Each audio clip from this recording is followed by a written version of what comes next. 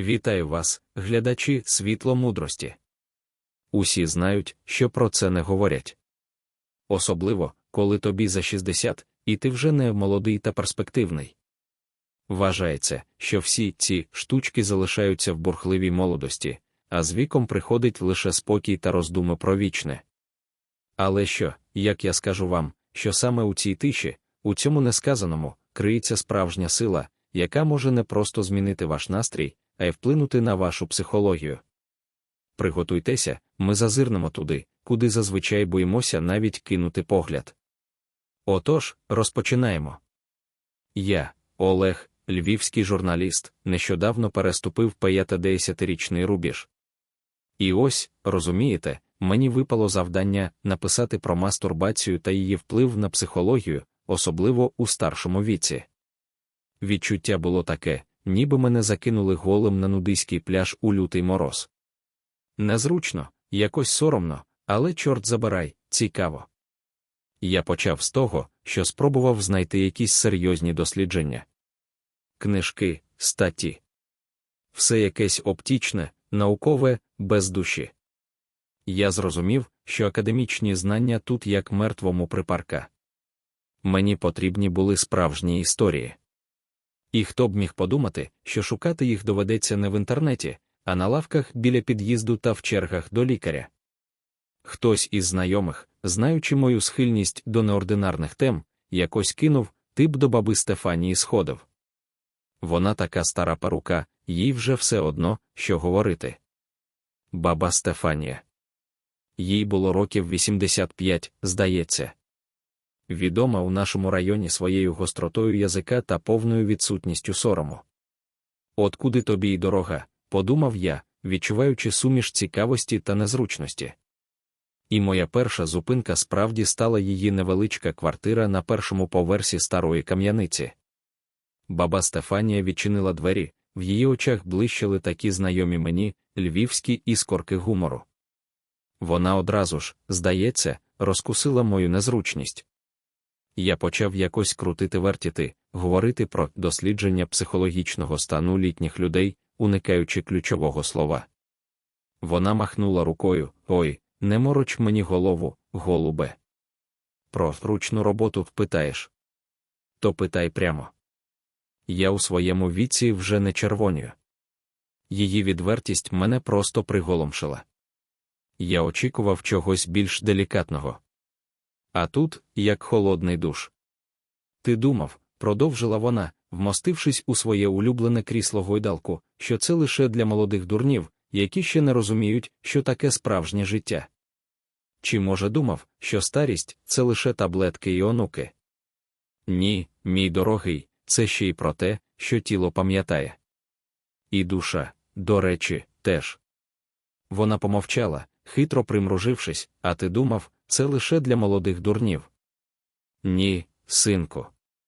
Це про те, як не збожеволіти, коли тобі нікого обійняти.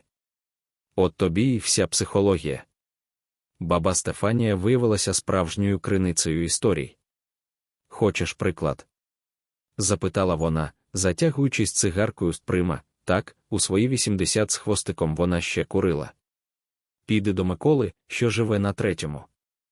Йому вже за 70, овдовів 5 років тому. От він тобі розкаже. Я піднявся до діда Миколи. Він жив самотньо у своїй квартирі, де все ще пахло його покійною дружиною. Він був сумний, але не скаржився. І коли я обережно торкнувся цієї теми, він спочатку зніяковів, а потім розговорився. «Знаєте», – сказав він, опустивши очі, «після 60 років шлюбу це як частину себе втратити. Не тільки душа болить, але й тіло звикло до близькості. А коли нікого поруч, немає, порожньо стає. Іноді аж страшно». Він зізнався, що спочатку відчував величезний сором. Йому здавалося, що в його віці це вже якось неправильно. Але самотність і внутрішня напруга були нестерпними. І якось, випадково, він спробував.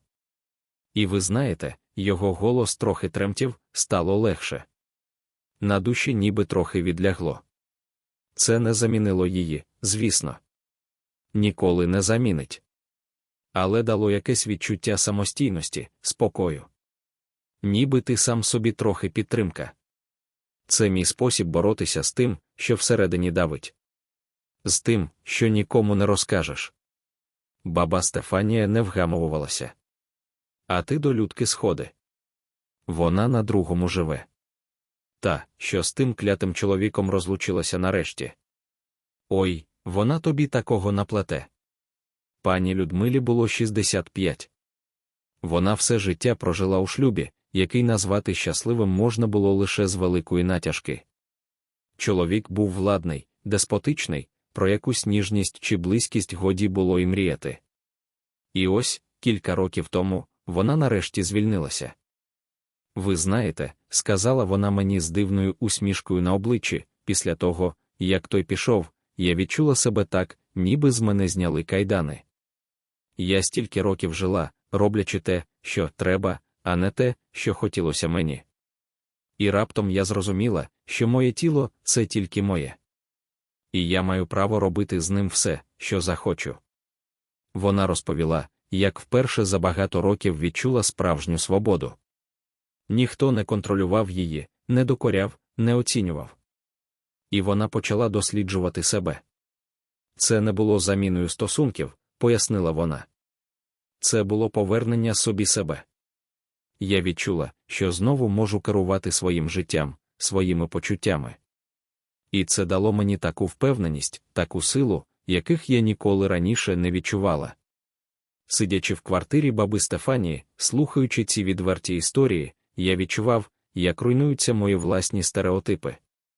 Те, що здавалося чимось соромним і забороненим, виявилося для цих людей способом впоратися з самотністю, стресом, способом відчути себе живими, незалежними. Баба Стефанія спостерігала за моєю розгубленістю з мудрою посмішкою. «Бачиш, Олежику», – сказала вона, – «старість – це не кінець життя. Це просто інший його етап. І потреби у нас залишаються. Тілесні, емоційні, психологічні. І якщо немає поруч когось, хто міг би їх задовольнити, що робити?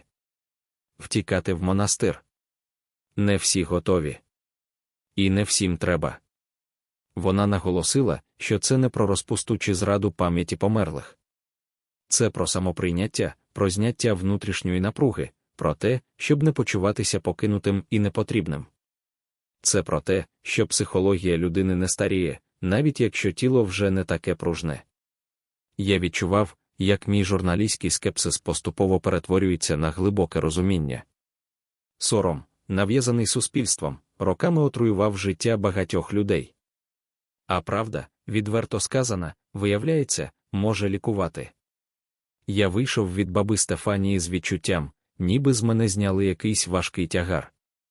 Мій блокнот був заповнений не цитатами експертів, а відвертими історіями звичайних людей, які наважилися зазирнути за завісу суспільних табу. Історія не дала мені однозначної відповіді на питання про вплив мастурбації на психологію у будь-якому віці. Вона показала мені, що цей вплив є глибоко особистим і може бути різним. Для когось це спосіб подолати самотність, для когось – шлях до самопізнання і свободи, для когось – просто спосіб зняти стрес. Але головне – це право людини на власне тіло та власні відчуття, незалежно від віку. І ось ти сидиш, дорогий глядачу, і розумієш, справжнє відкриття – це не шокуючий факт сам по собі. Це те, що стоїть за ним. Це про право бути собою, про право відчувати, про право знаходити розраду там, де ти її знаходиш, без сорому і самозасудження. Психологія людини – це складна штука, і вона не підкоряється віковим обмеженням. Бажання, потреби, прагнення – вони залишаються з нами до кінця. І, можливо, іноді найпростіші речі можуть мати найглибший вплив на нашу душу. А чи готові ви визнати цю правду? Чи готові ви звільнитися від нав'язаних стереотипів? Це питання залишається відкритим. Бо справжнє розуміння починається з чесності із самим собою. У будь-якому віці. Отже, дорогі друзі, ця історія – це не про пропаганду чи засудження. Це спроба зазирнути за лаштунки суспільного мовчання і побачити, що за ним ховається звичайне людське прагнення до щастя, спокою та прийняття себе. Чи згодні ви з цим? Які ваші думки з цього приводу? Поділіться своїми коментарями.